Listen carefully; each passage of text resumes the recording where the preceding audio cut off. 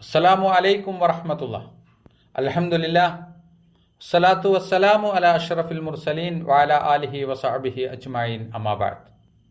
അള്ളാഹുവിൻ്റെ പ്രീതി നേടാൻ മനുഷ്യ മനസ്സ് ആഗ്രഹങ്ങളുടെ പിന്നാലെയാണ്.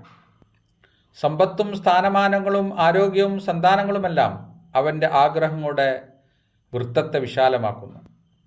ആഗ്രഹങ്ങൾ ചിലപ്പോൾ അത്യാഗ്രഹങ്ങളിലേക്കും ആഡംബരങ്ങളിലേക്കും വഴിമാറുന്നു. ഐഹിക ലോകത്തെ വിഭവങ്ങളെ ആവോളം ആസ്വദിക്കുവാനും അവ കൈപിടിയിലൊതുക്കുവാനുള്ള ത്വര പലപ്പോഴും അധർമ്മത്തിലേക്കും അക്രമത്തിലേക്കും മനുഷ്യരെ എത്തിക്കുന്നുമുണ്ട്.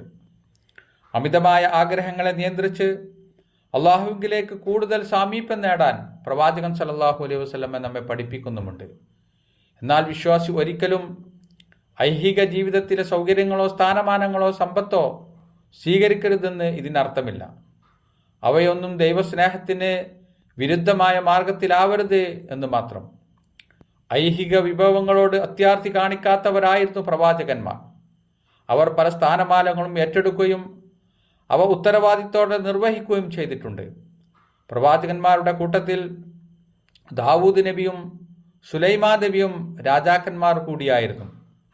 യഥേഷ്ടം ഉപയോഗിക്കാവുന്ന വിഭവങ്ങൾ അവരുടെ അധികാര പരിധിയിൽ ഉണ്ടായിട്ടും ക്ഷണികമായ ഈ ഐഹിക ജീവിതത്തിലെ വിഭവങ്ങളോട് അവർ സ്വീകരിച്ച സമീപനം പ്രസക്തമാണ്.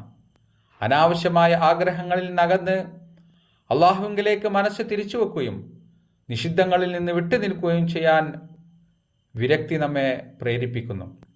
തനിക്ക് പ്രയോജനപ്രദമല്ലാത്ത കാര്യങ്ങൾ ഉപേക്ഷിക്കാൻ നമുക്ക് കഴിയുമെങ്കിൽ അത് മനസ്സമാധാനം ലഭിക്കാനുള്ള മാർഗമത്രേ. അതോടൊപ്പം വിരക്തി അള്ളാഹുവിൻ്റെ അടുക്കൽ ഉയർന്ന സ്ഥാനം ലഭിക്കുന്ന ഒരു വിശിഷ്ട സ്വഭാവം കൂടിയാവുന്നു. അള്ളാഹു അനുഗ്രഹിക്കുമാറാവട്ടെ.